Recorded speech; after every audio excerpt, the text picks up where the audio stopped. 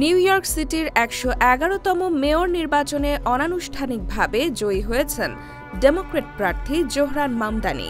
এই বিজয়ের মাধ্যমে তিনি শহরের ইতিহাসে প্রথম মুসলিম এবং সবচেয়ে কম বয়সী মেয়র হিসেবে রেকর্ড গড়েছেন। মামদানিকে নির্বাচনের আগে সবচেয়ে আলোচিত ও অপ্রতিরোধ্য প্রার্থী হিসেবে ধরা হচ্ছিল। তিনি ৩১ ডিসেম্বর বর্তমান মেয়র এরিক অ্যাডামসের মেয়াদ শেষ হওয়ার পর সিটি হাল ধরবেন।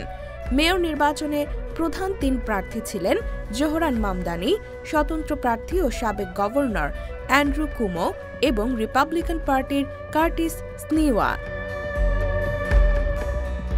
বর্তমান মেয়র দ্বিতীয় মেয়াদের জন্য প্রতিদ্বন্দ্বিতা করতে চেয়েছিলেন, কিন্তু আর্থিক কেলেঙ্কারির কারণে প্রার্থিতা প্রত্যাহার করে কুমোকে সমর্থন দিয়েছেন।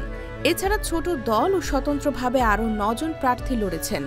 তবে নিউ ইয়র্কের রাজনৈতিক প্রেক্ষাপটে সাধারণত ডেমোক্র্যাট প্রাইমারির পর মূল প্রতিযোগিতা প্রায় নিশ্চিত হয়ে যায়।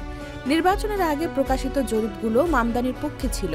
সাফোক ইউনিভার্সিটির ২৭ অক্টোবরের জরিপ অনুযায়ী তিনি কুমোর চেয়ে ৯ পয়েন্টে এগিয়ে ছিলেন। নির্বাচনের সময় তার সমর্থনকারী ছিল ৪৩% ভোটার। প্রার্থী হিসেবে তিনি সব বাধা বিপত্তি অতিক্রম করেছেন। তার বিরোধীরা নানা অপপ্রচার চালিয়েছেন, এমনকি প্রেসিডেন্ট ডোনাল্ড ট্রাম্প পর্যন্ত কটু মন্তব্য করেছেন এবং মামদানির নাগরিকত্ব নিয়ে প্রশ্ন তুলেছেন।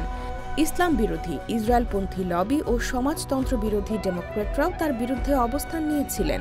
তার বিরুদ্ধে সব ধরনের চ্যালেঞ্জ থাকা সত্ত্বেও জাতীয় ও ধর্ম নির্বিশেষে নিউ ইয়র্কের তরুণ প্রজন্ম এবং শ্রমজীবী শ্রেণী ব্যাপকভাবে তাকে সমর্থন করেছেন। নির্বাচনী প্রচারে ১ লাখের বেশি স্বেচ্ছাসেবক তার পক্ষে কাজ করেছেন, যা অন্য কোনো প্রার্থীর তুলনায় নজিরবিহীন।